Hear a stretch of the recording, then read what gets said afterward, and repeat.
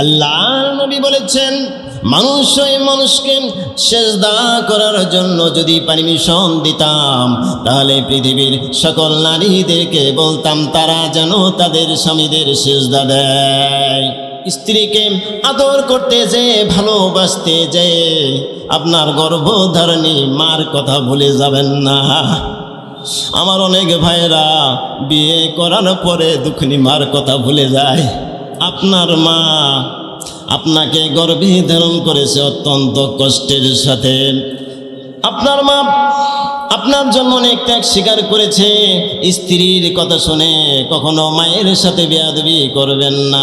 তাহলে পিতা মাতার সাথে এমন কোনো আচরণ করবা না, এমন কোনো আচরণ করবা না যে যেন তারা উহ শব্দটি করে, আর তুমিও তাদের ব্যবহারে কখনো উহ শব্দ করবা না, বিরক্ত হবা না।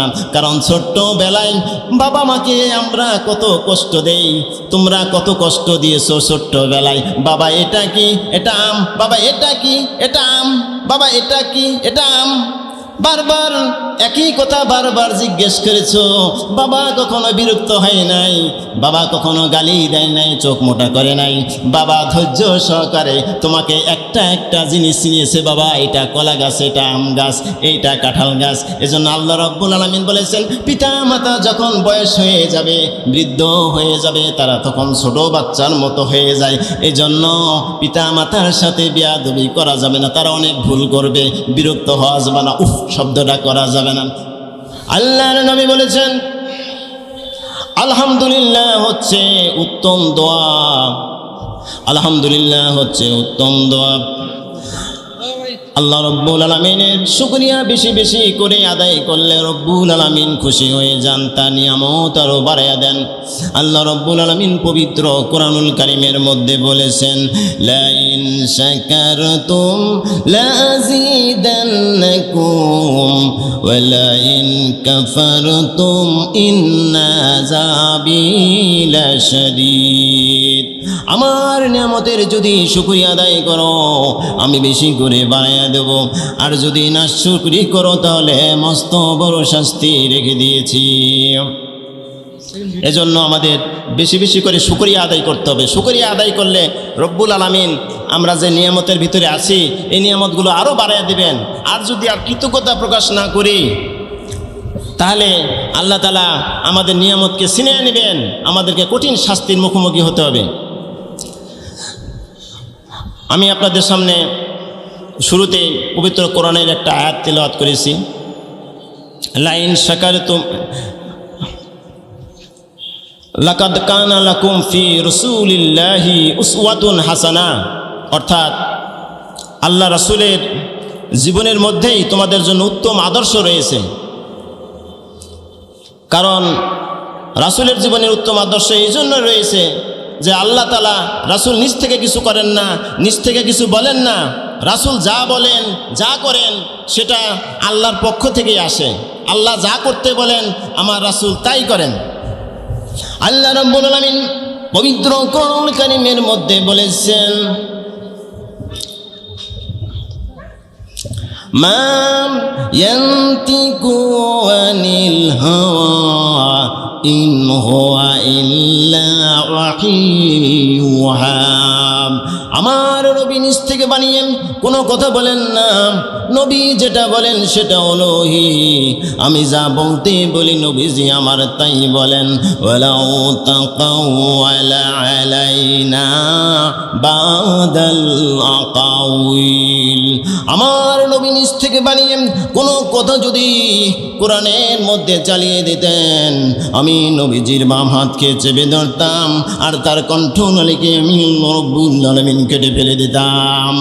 অর্থাৎ নবী যা বলেছেন সেটা হলো ওহী। এজন্য আমাদের জীবনের প্রত্যেকটা ক্ষেত্রে রাসূলের অনুসরণ করতে হবে। আল্লাহ পাক বলেছেন, লাকাদ কানা লাকুম ফি রাসূলিল্লাহি উসওয়াতুন হাসানা। রাসূলের জীবনে তোমাদের জন্য আদর্শ রয়েছে। আল্লাহর নবী আমাদের প্রত্যেকটা ক্ষেত্রে আদর্শ। পারিবারিক জীবনে রাসূলকে অনুসরণ করতে হবে, সামাজিক জীবনে রাসূলকে অনুসরণ করতে হবে, রাষ্ট্রীয় জীবনেও রাসূলকে অনুসরণ করতে হবে। এখন আমরা বলতে পারি পারিবারিক জীবনে আমরা যদি রাসূলের অনুসরণ করি তাহলে আমাদের পরিবারগুলো এক একটা জান্নাতের টুকরায় পরিণত হয়ে যাবে। কিন্তু আমরা কি দেখি আমরা বর্তমানে দেখি আমাদের এক একটা পরিবার, বেশিরভাগ পরিবারে অশান্তির আগুন দাউ দাউ করে জ্বলতেছে। কারণ হচ্ছে যে আমাদের পরিবারগুলোতে রাসূলের আদর্শ নাই। স্ত্রীর সাথে সম্পর্ক ভালো না, আবার বাবার সাথে ছেলেমেয়ের সম্পর্ক ভালো হচ্ছে না। এর কারণটা হচ্ছে আমরা রাসূলের আদর্শ থেকে অনেক দূরে সরে গেছি, সেজন্য এই অবস্থা। কোনো পরিবারে যদি স্বামী স্ত্রীর মধ্যে ভালো সম্পর্ক থাকে, সুন্দর সম্পর্ক থাকে, মিউচুয়াল আন্ডারস্ট্যান্ডিং, পারস্পরিক বোঝাপড়া থাকে, তাহলে ওই ফ্যামিলিটা, ওই পরিবারটা হচ্ছে জান্নাতের টুকরা। আর স্বামী স্ত্রীর মধ্যে যদি গণ্ডগোল থাকে, অশান্তি থাকে, স্বামী স্ত্রীর কথা সহ্য করতে পারে না, আবার স্ত্রী স্বামীর কথা সহ্য করতে পারে না, যদি এরকম হয় ওই পরিবারটা হচ্ছে একটা জাহান্নামের টুকরা। বলেন ঠিক কিনা? এর কারণটা হলো আমরা আমাদের স্ত্রীদেরকে সম্মান দিতে জানি না। আমাদের স্ত্রীদেরকে সম্মান দিতে জানি না। আমরা আমাদের স্ত্রীদের প্রতি কৃতজ্ঞ না। আমরা মনে করি আমরা বাইরে পরিশ্রম করি, রিক্সা চালাই, ঠেলা চালাই, চাকরি করি, দোকান করি, ব্যবসা করি, সব কষ্ট তো আমিই করি, আর ও তো বাড়িতে খালি বসে থাকে। ওই কি করে? ওই তো খালি বসে থাকা কাজ। কিন্তু না, আমার মা বোনেরা আপনাদের চেয়ে আমাদের চেয়ে খুব বেশি পরিশ্রম করে, ওরা খুব মানসিক প্রেশার নেয় আমাদের চেয়ে বেশি। আমরা চাকরি করি, দোকানে বসে থাকি নিশ্চিন্ত মনে। কিন্তু আমার মা বোনেরা, আপনার যে কলিজার টুকরা সন্তানগুলো আছে, আপনার ছেলে আছে, আপনার মেয়ে আছে, এগুলোকে কে ছোট থেকে বড় করে? আপনি তো টাকা ইনকাম করেন, টাকা খরচ করতেছেন, কিন্তু তিলে তিলে এই ছোট থেকে বড় কে করে? আপনার মা বোনেরা করে, আপনার স্ত্রী করে। এটা আমরা স্বীকার করতে চাই না। আমরা মনে করি রান্নাবাড়ি করে, আর কি করে? আমরা সারাদিন বসেই থাকে। কিন্তু না, আমাদের মা বোনদের প্রতি আপনাদের কৃতজ্ঞ হতে হবে। তারা সকাল থেকে সন্ধ্যা পর্যন্ত কত কাজ করে, কত পরিশ্রম করে। একটু চিন্তা করে দেখেন, আপনার সন্তানগুলোর জন্য। আপনার সন্তানগুলো তো আপনার কলিজার টুকরা। আমাদের ছেলে মেয়ে যদি থাকে, যাদের বাচ্চা কাচ্চা, তারা বোঝে যে একটা ছেলে মেয়ের প্রতি বাবা মার কত টান থাকে। আমাদের কলিজার টুকরা হচ্ছে আমাদের ছেলে মেয়েগুলা। আমাদের এই কলিজার টুকরাগুলো কে পালন করে? তাদের কষ্টগুলো কে সহ্য করে? তাদেরকে কে রান্না করে খাওয়ায়? তাদেরকে কে রেডি করে দেয়, দিয়ে স্কুলে নিয়ে যায়, আবার স্কুল থেকে অনেক সময় নিয়েও আসে, আবার সংসারে রান্নাবাড়ি করে। অথচ এই স্ত্রীগুলোকে অনেক সময় রান্নাবান্না একটু দেরি হওয়ার কারণে অনেক বকাঝকা শুনতে হয়। আমি দোকান থেকে গেছি, আমি চাকরি করে আসছি, এসে যদি দেখে রান্না করা হয় নাই, ও বাপরে বাপ, কি গরম, চোখ গরম, মনে হয় যে বিশাল একটা অন্যায় করে ফেলছে। ও সারাদিন বসেই ছিল, অথচ হয়তো কাপড় চোপড় কাচ্ছে, ছেলে মেয়েকে গোসল করাইছে, ঘরে অন্য অন্য কাজ করতে যায়, রান্নাটা একটু দেরি হয়েছে হয়তোবা। কিন্তু আমার মা বোনেরা তখন কত কথা তারা অত্যাচারিত হয় আমাদেরকে দিয়ে, চোখ লাল হয়ে যায়, ধমক দেয়, সারাদিন বসে থাকো, কি করো, এখনও রান্নাবাড়ি হয় নাই। আরে সারাদিন বসেছিল আমার মা, আমার বোন বসেছিল, বসে থাকে নাই বাবা। আমার মা বোন সকাল থেকে শুরু করে ঘুমের আগ পর্যন্ত তারা বসে থাকে না, তারা একটানা কাজ করে। আরে কষ্টের কথা কি বলবো। কিছুদিন আগে এক পত্রিকায় দেখলাম, সংবাদে দেখলাম, গাইবান্ধাতে এক লোক, সেই অফিস করে হোক দোকান থেকে গেছে বাড়িতে, যা বলছে দেখে রান্না হয় নাই, বাড়ির বেটি সব অন্য কাজ করতেছে। আরে আমার বোনটাকে বলতেছে রান্না হয়নি, এখন কয় না। ওই লোকটা এত মেজাজ গরম করে থাকে, মুখ খারাপ করে এত কথা বলে টলে, লাস্টে সে আরও খেপে গেছে যে রান্না হয়নি কেন। এই কারণে আমার বোনকে একটা হাতুড়ি হাতের কাছে পেয়েছে, ওই হাতুড়ি দিয়ে ঘাড়ের ওপর এমন একটা বাড়ি দিয়েছে, এমন একটা আঘাত করেছে, আমার ওই বোন হাসপাতালে যাওয়ার পথে রাস্তাতেই মারা গেছে। এই তো হলো আমাদের মা বোনদের অবস্থা। আমাদের মা বোনদের আমরা সম্মান করি, কিন্তু না ভাই না, আমার মা বোনদেরকে আমাদের সম্মান করতে হবে, তাদের প্রতি কৃতজ্ঞ থাকতে হবে। তার কারণটা হলো তিনটা কারণে আমার মা বোনদের প্রতি আপনি কৃতজ্ঞ থাকবেন। তার এক নম্বর কারণ হলো আল্লাহ রব্বুল আলামিন স্ত্রীর অধিকার আদায় করার জন্য বলেছেন, স্ত্রীর প্রতি ভালো ব্যবহার করার জন্য এক নম্বরে হচ্ছে আল্লাহ রব্বুল আলামিন বলেছেন আওয়াশিরুহুন্না বিল মারুফ। আল্লাহ রব্বুল আলামিন বলেছেন তোমার স্ত্রীর সাথে সৎভাবে জীবনযাপন করো, অর্থাৎ স্ত্রীকে ধমকানো যাবে না, বকাঝকা করা যাবে না, স্ত্রীর গায়ে আঘাত করা যাবে না। আমার আল্লাহ রাব্বুল আলামিন নিষেধ করে দিয়েছেন ওয়াশিরুহুন্না বিল মারুফ। আল্লাহ পাক বলেছেন তাদের সাথে, তোমার স্ত্রীদের সাথে সুন্দর ব্যবহার করো, ভালো কথা বলো, ভালো আচরণ করো। এক নম্বরে হচ্ছে আল্লাহ করেছেন। দুই নম্বরে হচ্ছে আমার রাসূল তার স্ত্রীদেরকে সম্মান করতেন, শ্রদ্ধা করতেন। হযরতে আয়েশা রাদিয়াল্লাহু তাআলা আনহা বলেছেন আল্লাহ রসুল আমাদের সাথে হাসি মুখে কথা বলতেন, কটু কথা বলতেন না, আমাদেরকে ধমক দিতেন না। আল্লাহ রসুল আমাদের সাথে মিষ্টি মিষ্টি কথা বলতেন, আমাদের সাথে হাসি কৌতুক করতেন। আল্লাহ রসুল আমাদেরকে ধমক দিতেন না। এই দুই নম্বরে হচ্ছে ভাইরা, আল্লাহ রসুল তার স্ত্রীদেরকে সম্মান দিয়েছেন, ভালো ব্যবহার করেছেন, গায়ে হাত তুলেননি। এজন্য আমাদেরকেও স্ত্রীদেরকে মহব্বত করতে হবে, গায়ে হাত দেওয়া যাবে না, গালমন্দ করা যাবে না। আর তিন নম্বরের কারণটা বলবো রে ভাই, তিন নম্বর কারণ বলবো কেন আপনার স্ত্রীকে আপনি মহব্বত করবেন, মূল্যায়ন করবে। তিন নম্বর কারণ হলো আপনার কলিজার যে সন্তান আছে, ছেলে মেয়ে আছে, ছোট্ট থেকে তিলে তিলে করে এই সন্তানকে বড় করার সবচেয়ে বেশি দায়িত্ব পালন করে আমার স্ত্রী, আমার বোন, আমার মা। আপনার সন্তান আপনার স্ত্রীর গায়ে প্রসাব করে দেয়, পায়খানা করে দেয়, ছোট্ট বাচ্চা নিয়ে হারে কত কষ্ট করে মানুষ করে রে ভাই। আমার বোন আর মাদেরকে আপনারা এই জন্য বকাঝকা করবেন না, গালমন্দ করবেন না। তার তিন নম্বর কারণ হলো আপনার কলিজার টুকরা সন্তানদেরকে তিলে তিলে করে মানুষ করে, তাদের অত্যাচার সহ্য করে মা, আমার বোনেরা। এই যে তিনটা কারণ হচ্ছে, শুধু এই নয়, আমরা যদি বাড়িতে কোনো কাজের মহিলা রাখি রে ভাই, কাজের মহিলাকে 1 ঘন্টা 2 ঘন্টা কাজ করার জন্য আমরা হাজার হাজার টাকা দিই, কেউ 1000 দিই, কেউ 2000 দিই, কেউ 5000 টাকা দিই। মাঝে মাঝে কাপড়ও দেওয়া লাগে, আবার মাঝে মাঝে আবার অনেকে খাবারও দেওয়া লাগে। এই খাবার দেও, টাকা দেও, পয়সা দেও, কাপড় দেও, তারপরেও আপনি কাজের মহিলাকে তৃপ্ত করতে পারবেন না। সে বিভিন্ন অভিযোগ করে এরপরও বলবে আপনার এখানে তো মাত্র 5000 টাকা পাই, শুধু মাসে মাসে বা ঈদের সময় কাপড় দেন। কিন্তু আমি আরেক জায়গায় কাজ করেছি, সেখানে শুধু আমাকে কাপড় দেয় না, আমার বোনকেও কাপড় দেয়, আমার মাকে কাপড় দেয়, আমার দাদিকে কাপড় দেয়, আমার নানিকেও কাপড় দেয়। আপনার কাজের মহিলার মন কখনো ভরতে পারবেন না।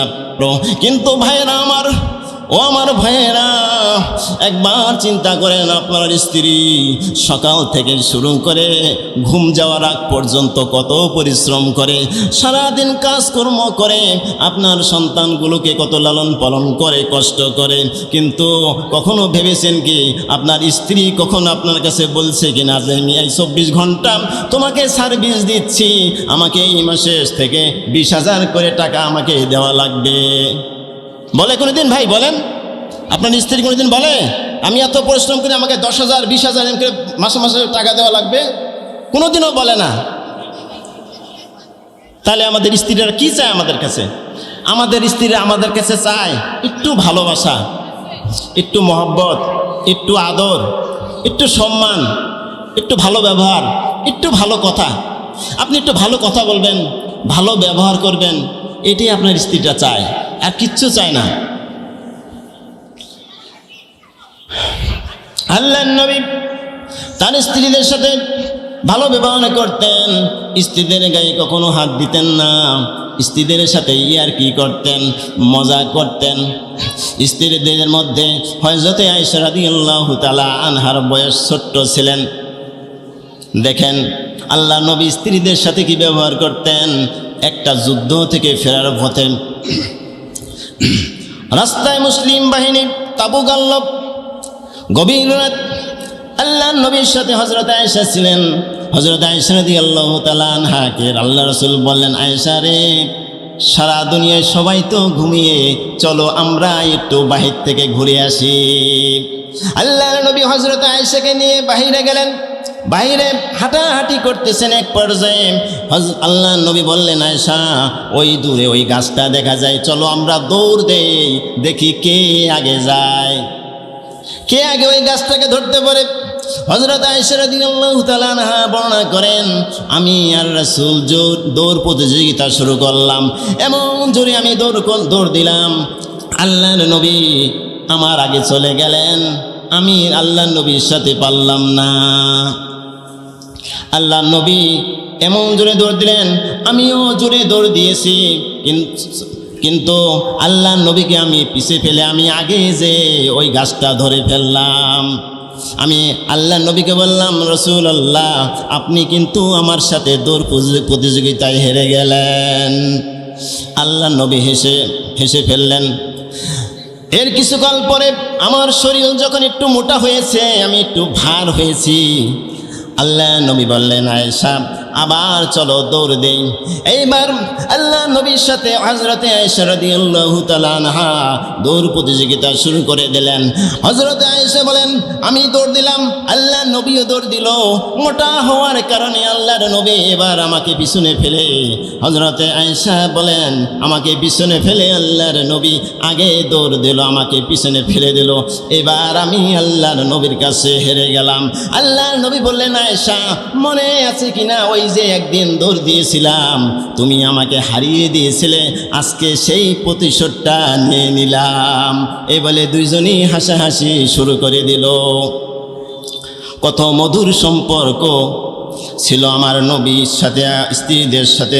আল্লাহর নবী বলেছেন, একবার আল্লাহর নবী তার স্ত্রীদের সাথে মজা করতেছেন, আনন্দ করতেছেন, হাসি তামাশা করতেছেন, বসে গল্প করতেছেন। হঠাৎ করে একজন স্ত্রী বলল, ইয়া রাসূলুল্লাহ, আপনার স্ত্রীদের মধ্য থেকে আপনি সবচাইতে কাকে ভালোবাসেন? সবচাইতে কাকে ভালোবাসেন? আল্লাহ নবী বললেন, নবীজির তখন 11 জন স্ত্রী ছিল। নবী বলল, আমি এই প্রশ্নের উত্তর আমি তোমাদেরকে আগামীকাল দিব। রাতের বেলায় আল্লাহর নবী প্রত্যেকটা স্ত্রীর ঘরে গেলেন, প্রত্যেককেই 2টা করে খেজুর দিয়ে বললেন, আমি তোমাকে যেই দুইটা খেজুর দিলাম, পৃথিবীর কাউকে বলবা না। এই কথা বলে আরেকজন স্ত্রীর কাছে গেলেন, ওই স্ত্রীকেও 2টা খেজুর দিলেন গোপনে। সেদিন রাত্রেই 2টা খেজুর দিয়ে বললেন, স্ত্রী, এই কথা তুমি দুনিয়ার কাউকে বলবা না। এই করে করে 11 জন স্ত্রীর ঘরে গেলেন, প্রত্যেককেই 2টা করে খেজুর দিলেন। তারপরে নবী আবার স্ত্রীদের সাথে মিলিত হলেন। 11 জন স্ত্রী এলো, বলল, ইয়া রাসূলুল্লাহ, বলেছিলেন গতকাল, বলেছিলেন আজকে বলবেন, আপনার স্ত্রীদের মধ্যে থেকে কাকে বেশি ভালোবাসেন?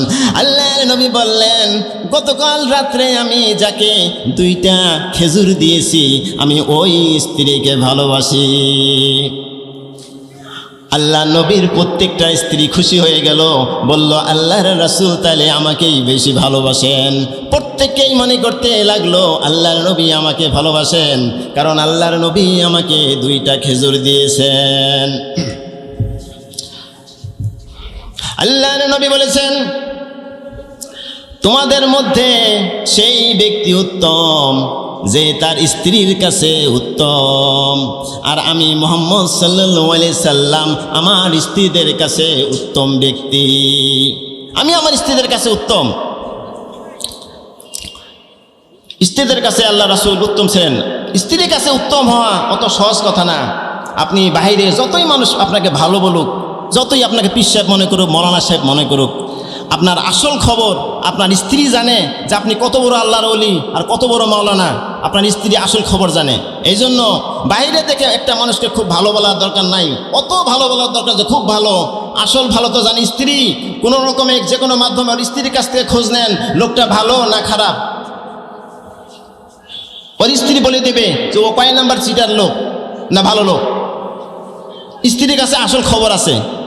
আপনি বাইরে যতই ভালো সাজে নিয়ে সাজেন, স্ত্রীর কাছ থেকে কখনোই আপনি লুকাইতে পারবেন না। আপনি খারাপ হন তাহলে অবশ্যই স্ত্রীর কাছে ধরা পড়বেন। এই জন্য আপনি ভালো না খারাপ এটার মাপকাঠি আল্লাহ রসুল স্ত্রীর হাতে ছেড়ে দিয়েছেন।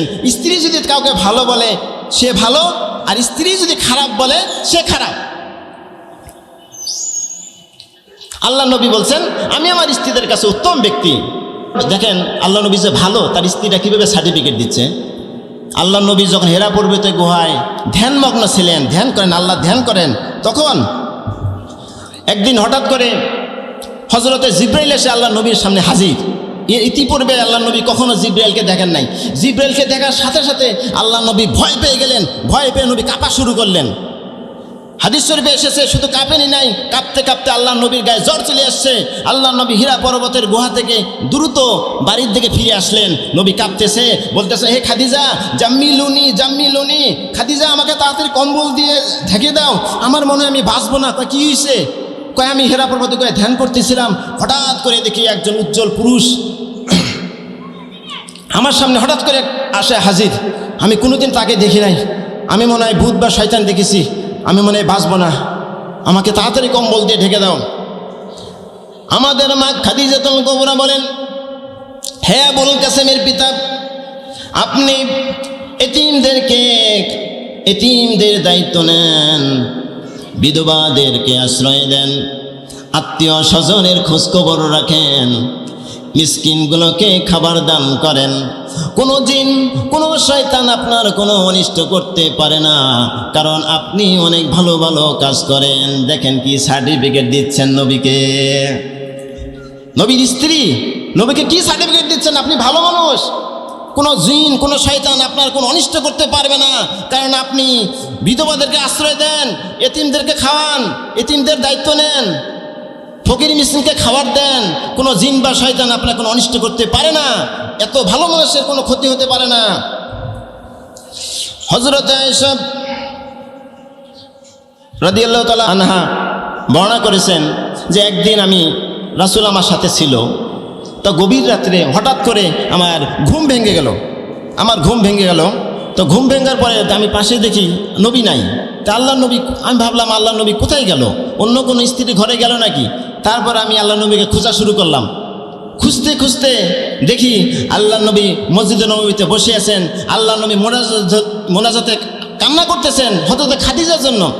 আল্লাহ রাসূল বলতেছেন, রব্বুল আলামিন যেদিন মা তার সন্তানকে হারিয়ে ফেলবে, সেই কঠিন হাসরের ময়দানে যেদিন মা তার সন্তানকে হারিয়ে ফেলবে, স্বামী তার স্ত্রীকে হারিয়ে ফেলবে, সেদিন আমি আমার খাদিজাকে হারায়া না যাই। হযরত আয়েশা বলেন, ইয়া রাসূলুল্লাহ, 25 বছর বয়সের সময় 40 বছর বয়সের এক বুড়িকে বিয়ে করেছিলেন। আল্লাহ রব্বুল আলামিন খাদিজার সে উত্তম রমণী, সুন্দর রমণী কি আপনাকে দান করে নাই? আল্লাহর নবী বললেন, আয়েশা, আমার খাদিজা সম্পর্কে এমন কথা বলো না। তোমরা সবাই আমার সুখের দিনের স্ত্রী, আর খাদিজা আমার এমন সময়ের স্ত্রী যখন মক্কায় আমার কোনো আশ্রয় ছিল না, তামাম মক্কায় আমার কোনো আশ্রয় ছিল না। যেখানে গিয়েছি, যেই দিকে গিয়েছি, শুধু অপমান লাঞ্ছনা গঞ্জনা আমার সাথে করা হয়েছে, আমাকে আঘাত করা হয়েছে। আমার খাদিজা সেই দূর সময়ে তার জীবনের সমস্ত সম্পদগুলো আমার হাতে তুলে দিয়েছে, আমি সেই সম্পদ ইসলামের জন্য ব্যয় করেছি। হযরত আয়েশা রাদিয়াল্লাহু তাআলা আনহা বলেন, ইয়া রাসূলুল্লাহ, আমি আপনাকে কষ্ট দিয়েছি, তবে খাদিজা সম্পর্কে একটু আমাকে শোনান। আল্লাহর নবী বললেন, আয়েশা, আমি ইসলামের কাজ সারাদিন করতাম, সারাদিন ব্যস্ত থাকতাম। যখন রাত্রিবেলায় বাড়িতে ফিরতাম, একটা ডাক দেওয়ার সাথে সাথে খাদিজা সাথে লাব্বাইক ইয়া সাদাইক বলেন দরজা খুলে দিত। আমি বললাম, খাদিজা, যতবার আসলাম, যত রাত্রিতে আসলাম, একটা ডাকের বেশি 2টা ডাক লাগে না, তুমি কি ঘুমাও না? হযরত খাদিজা বলেন, ইয়া রাসূলুল্লাহ, আমি জানি আপনি সারাদিন ইসলামের জন্য কাজ করেন, কাফির বেঈমানেরা আপনার সাথে কত খারাপ ব্যবহার করে, দরজার কাছে এসে যদি আপনি ডাকাডাকি করেন আপনার সাথে বেয়াদবি হয়ে যাবে। এজন্য যত রাত্রিতে হোক আমি বিছানায় না ঘুমিয়ে পিঠ লাগিয়ে দরজার সাথে দাঁড়ায়া দাঁড়াইয়া ঘুমাই। আল্লাহর নবী বলেন সে শুধু এই নয়, আমি যখন হেরা পর্বতের গুহায় ধ্যানমগ্ন থাকতাম তখন আমার খাদিজা এই বিশাল পাহাড়ের উপরে পিঠের মধ্যে খাবার পানি নিয়ে আমার খাদিজা বিশাল পাহাড়ের উপর উঠে যেত, আমার জন্য খাবার নিয়ে আসতো। একদিন আমি জিব্রাইলের সাথে বসা ছিলাম, হযরতে জিব্রাইল আমার সাথে আলোচনা করতেছিলেন। এক পর্যায়ে জিব্রাইল বললেন, ইয়া রাসূলুল্লাহ, আমি দেখতে পাচ্ছি খাদিজা আপনার জন্য খাবার নিয়ে আসতেছে, আমি এখন চলে যাই। তবে খাদিজা আসার পরে একটা সংবাদ দিয়ে দিবেন, আজকে যখন আমি আল্লাহর কাছ থেকে আপনার কাছে আসছিলাম আল্লাহ রব্বুল আলামিন আসার সময় বলে দিয়েছি, জিব্রাইল তুমি আমার খাদিজাকে সালাম জানিও আমার পক্ষ থেকে। এবার হযরতে খাদিজা যখন চলে এলো, খাদিজা যখন নবীর কাছে চলে এলো, আল্লাহ নবী বললেন, খাদিজা তোমার জন্য আজকে বড় সুসংবাদ। হযরতে খাদিজা বললেন, ইয়া রাসূলুল্লাহ, ইয়া হাবিবাল্লাহ, কি সেই সুসংবাদ? আল্লাহর নবী বললেন, খাদিজা জিব্রাইল আমার কাছ থেকে কেবল উঠে গেল, জিব্রাইল যাওয়ার সময় বেলে গেল, আল্লাহ রব্বুল আলামিন তোমাকে সালাম জানিয়েছে। হযরতে খাদিজা দুঃখে কেঁদে উঠলেন, বললেন, ইয়া রাসূলুল্লাহ, ইয়া হাবিবাল্লাহ, আমার নারী জনম সার্থক, আল্লাহ রব্বুল আলামিন আমাকে সালাম জানিয়েছেন। আল্লাহর সালামের জবাব কিভাবে দিতে হয় আমি জানি না, আমার পক্ষ থেকে আল্লাহর সালামের জবাব দিয়ে দেন। বলেন সুবহানাল্লাহ। মায়েরা আমার, আল্লাহর নবী খাদিজাকে কত মহব্বত করতেন। হযরতে খাদিজা রাদিয়াল্লাহু তাআলা আনহা বেঁচে থাকা অবস্থায় আল্লাহর নবী কোনো বিয়ে শাদী করেন নাই। আল্লাহর নবী হযরতে খাদিজার ইন্তেকালের পর আরো বিয়ে করেছিলেন। আল্লাহর নবী খাদিজার ইন্তেকালের পরে যতবার বকরি জব করেছেন, উট জব করেছেন, তার অংশগুলো প্রত্যেকটা স্ত্রীর ঘরে পাঠিয়ে দিতেন, আর একটা অংশ খাদিজার জন্য রেখে দিতেন। খাদিজার অংশটা আল্লাহ নবী গোশতটা নিয়ে মদিনার অলিতে গলিতে ঘুরে বেড়াতেন। আমার খাদিজার বান্ধবী কোথায় আছে সেই বান্ধবীর বাড়িতে পৌঁছে দিয়ে আসতেন। আল্লাহর নবী স্ত্রীদেরকে মহব্বত করতেন, স্ত্রীরা রাসূলকে প্রচণ্ডভাবে মহব্বত করত, জীবন দিয়ে মহব্বত করত। আমার ভাইয়েরা, আল্লাহর নবী আদর্শ হচ্ছে স্ত্রীদেরকে মহব্বত করা, স্ত্রীদেরকে ভালোবাসা। এজন্য আমরা স্ত্রীর সাথে মহব্বত করব, কখনোই স্ত্রীদেরকে গালি দেব না, মারামারি করব না। অনেক ভাই আছে যারা স্ত্রীর গায়ে হাত তুলে অত্যাচার করে, মুখ খারাপ করে। আমার ভাইয়েরা, যখন স্ত্রীকে আপনি মারা শুরু করবেন, আঘাত করা শুরু করবেন, আপনার যদি ছোট্ট ছোট্ট ছেলে মেয়ে থাকে, আরে ছেলে মেয়েগুলো ইতিমের মতো তাকিয়ে থাকে, দক্ষ করতে থাকে তার মাকে, তার পিতা কিভাবে আঘাত করতেছে, কিছুই বলে না, বোবার মতো তাকিয়ে থাকে, আর মনে মনে অনেক কষ্ট পায়। এজন্য ভাইয়েরা আমার, স্বামী স্ত্রীর মধ্যে ভালো ব্যবহার, ভালো সম্পর্ক থাকা জরুরি। আপনি যদি মুখ খারাপ করে আপনার স্ত্রীকে গালি দেন, ওই গালিগুলো ওই সন্তানগুলো শিখে যায়। আপনি যদি আপনার স্ত্রীর সাথে ভালো ব্যবহার করেন, সুন্দর সুন্দর কথা বলেন, তাহলে আপনার সন্তানগুলো অনেক সুন্দর সুন্দর কথা বলবে, ভালো ব্যবহার শিখবে। আপনার ব্যবহারের উপরে, আপনার স্বামী স্ত্রীদের ব্যবহারের উপরে সন্তানদের অনেক ভবিষ্যৎ আচার আচরণ নির্ভর করে। আর বোনদেরকে বলবো, আমার বোনদেরও উচিত নবীদের স্ত্রীরা নবীকে যেমন মহব্বত করেছে, আপনাদেরও উচিত আপনাদের স্বামীদেরকে মহব্বত করা, সম্মান করা। স্বামীর মুখোমুখি তর্ক করবেন না, স্বামীর মুখোমুখি তর্ক করবেন না। স্বামীর সাথে বেয়াদবি করলে আমল জ্বলে যাবে। আল্লাহ রাব্বুল আলামিন আপনাদের অনেক হক, তাতে কোনো সন্দেহ নাই। আপনাদের অনেক অধিকার, স্বামীর ইনকামের উপর আপনাদের অধিকার সবচেয়ে বেশি, কোনো সন্দেহ নাই। কিন্তু বোনেরা, স্বামীকেও আপনাদের সম্মান করতে হবে।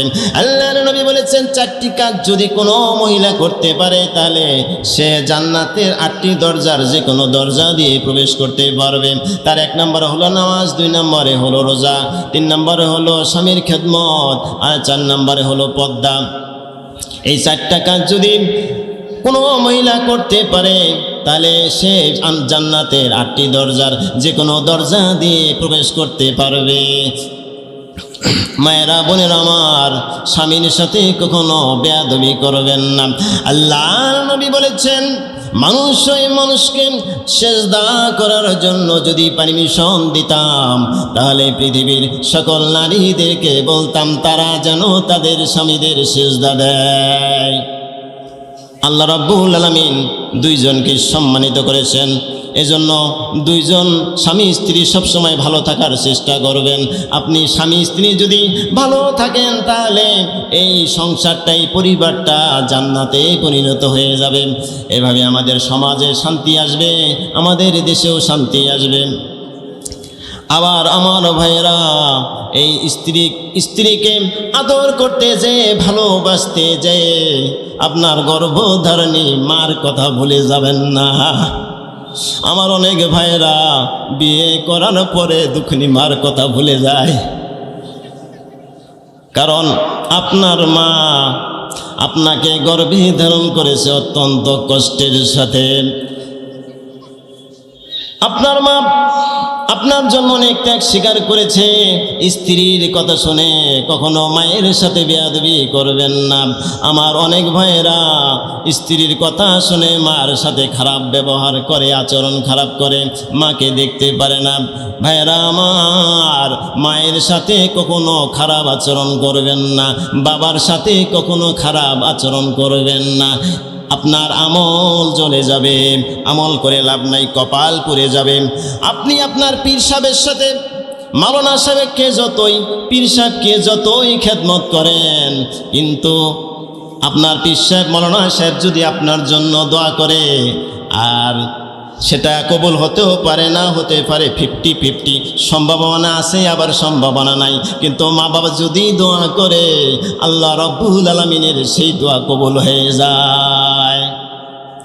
ছোট্ট বালক হযরত বাইজিদ বুস্তামি, ছোট্ট বালক মায়ের সাথে শুয়ে আছে। গভীর রাত্রে মা হঠাৎ করে বলল, বাবা গলাটা শুকিয়ে গেছে, একটু পানি দিতে পারো নাকি? ছোট্ট বালক ঝাঁপিয়ে খাট থেকে নেমে দেখে কলসে কোনো পানি নাই। গভীর রাত্রে বাইজিদ কলসিটা ঘাড়ের মধ্যে নিয়ে দূরবর্তী জায়গায়, দূরের ঝর্ণা থেকে পানি নিয়ে আসার জন্য বেরিয়ে গেল। দূরের ঝর্ণা থেকে পানি আনার পর গ্লাসে পানি ভরে লক্ষ্য করলো তার মা আবার ঘুমিয়ে গেছে। এবার বাইজিদ তার মাকে আর ডাকলেন না, গ্লাসে পানি নিয়ে মায়ের মাথার কাছে দাঁড়িয়ে থাকলেন। ফজরের সময় মার ঘুম ভেঙে গেল। প্রথমে দেখে তিনি বুঝতে পারলেন না। বাইজিদকে বললেন, বাবা তোমার হাতে গ্লাস কেন?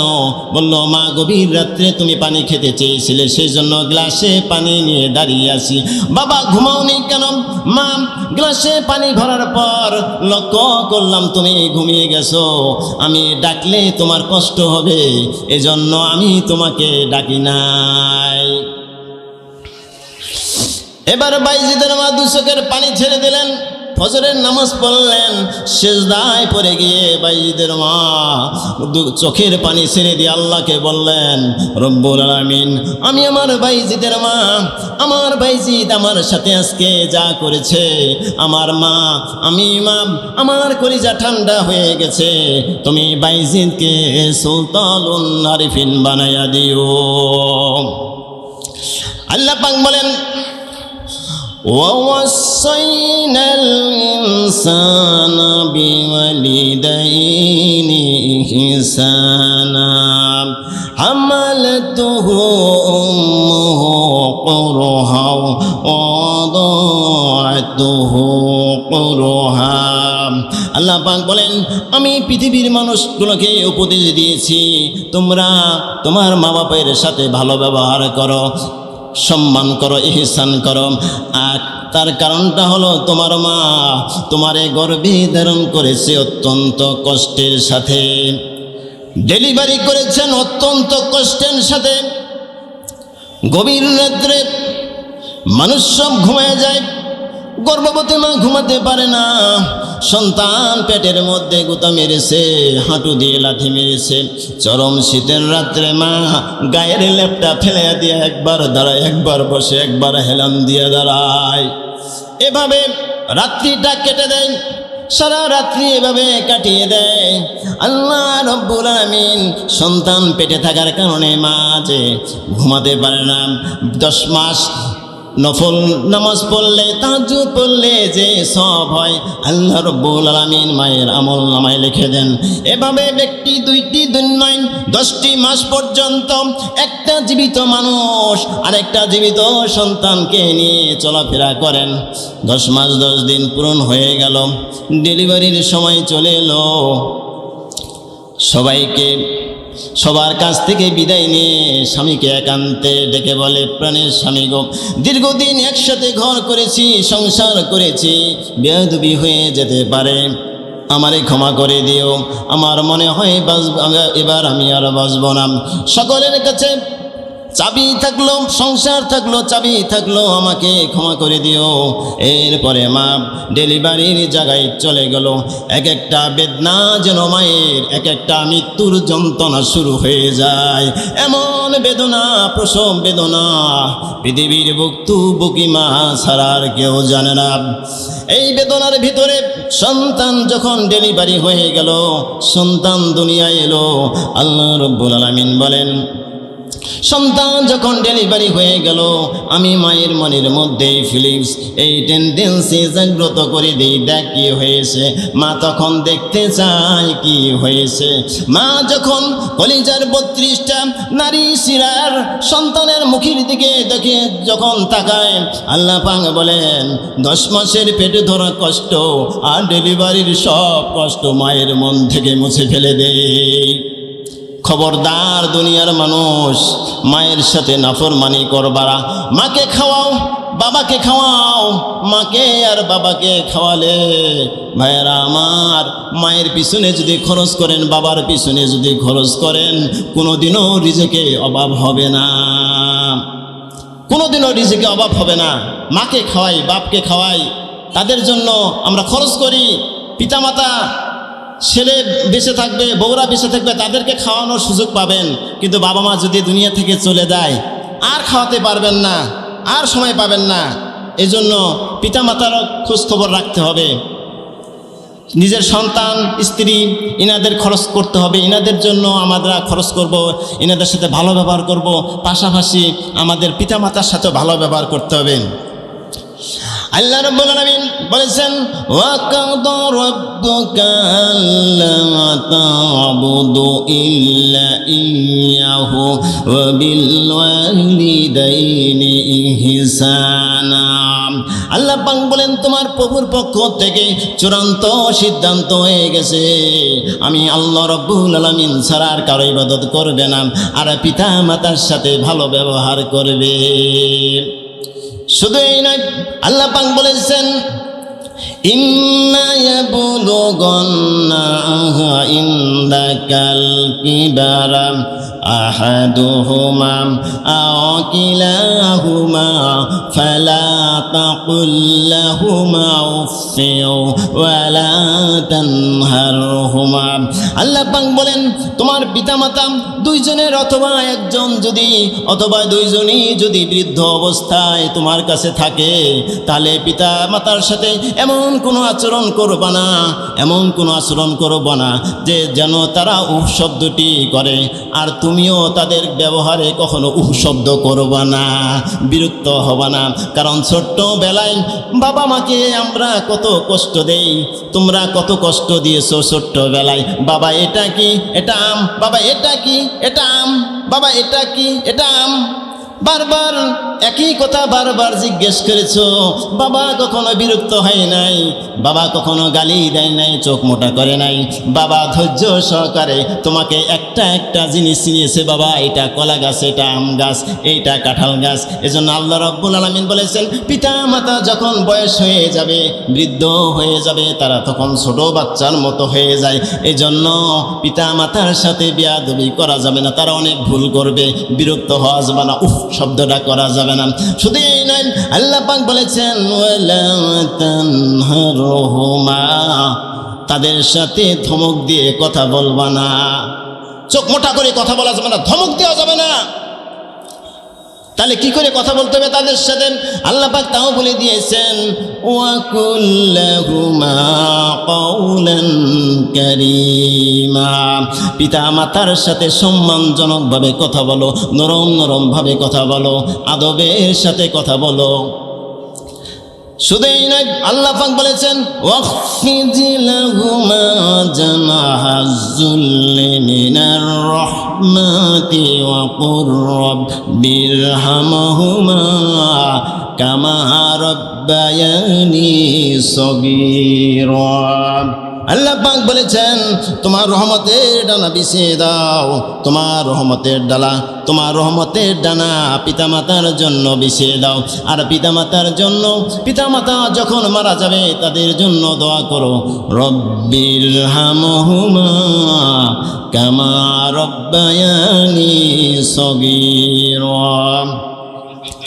রব্বির হামুমা বলে আল্লাহর কাছে পিতামাতার জন্য দোয়া করতে হবে। আল্লাহ রব্বুল আলামিন আমাকে, আমার পিতামাতা আমাকে ছোট্ট কালে যেভাবে লালন পালন করেছে রহমতের কোলে, রব্বুল আলামিন আমার পিতামাতাকে তুমি রহমতের কোলে লালন পালন করো।